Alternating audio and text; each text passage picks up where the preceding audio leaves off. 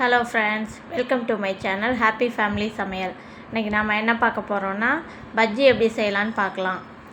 பஜ்ஜி செய்கிறதுக்கு 2 கப்பு அளவுக்கு கடலை மாவு எடுத்துக்கோங்க, அரை கப்பு அளவுக்கு அரிசி மாவு எடுத்துக்கோங்க, மிளகாத்தூள் 1 ஸ்பூன் அளவுக்கு எடுத்துக்கோங்க, உப்பு தேவையான அளவு எடுத்துக்கோங்க, பெருங்காயத்தூள் கொஞ்சம் சேர்த்துக்கோங்க, ஆப்ப சோடா கொஞ்சமாக சேர்த்துக்கோங்க, ஒரு பிஞ்ச் அளவுக்கு ஆப்ப சோடா சேர்த்துக்கோங்க, தேவையான அளவு தண்ணி சேர்த்து தோசை மாவு பதத்துக்கு மாவு கொஞ்சம் கெட்டியமாக கலந்துக்கோங்க. மாவு கொஞ்சம் கெட்டியமாக திக்காக இருக்கணும், அப்போ தான் எண்ணெய் பிடிக்காமல் இருக்கும்.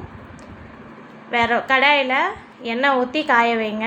எண்ணெய் காஞ்சதுக்கப்புறம் மிளகாயை மாவில் டிப் பண்ணி பொரித்து எடுக்கணும். இதே மாதிரி கண்டினியூஸாக பொரித்து எடுத்தோன்னா நம்மளோட பஜ்ஜி ரெடி. சேனல் பிடிச்சிருந்தா சப்ஸ்கிரைப் பண்ணுங்கள், ஷேர் பண்ணுங்கள், சப்போர்ட் பண்ணுங்கள் ஃப்ரெண்ட்ஸ். பஜ்ஜி வெந்ததுக்கப்புறம் திருப்பி விட்டு எடுத்துக்கலாம். பஜ்ஜி ரெடி ஆயிடுச்சு.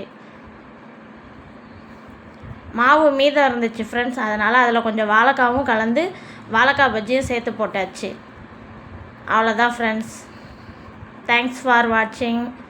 சேனலுக்கு சப்போர்ட் பண்ணுங்கள்.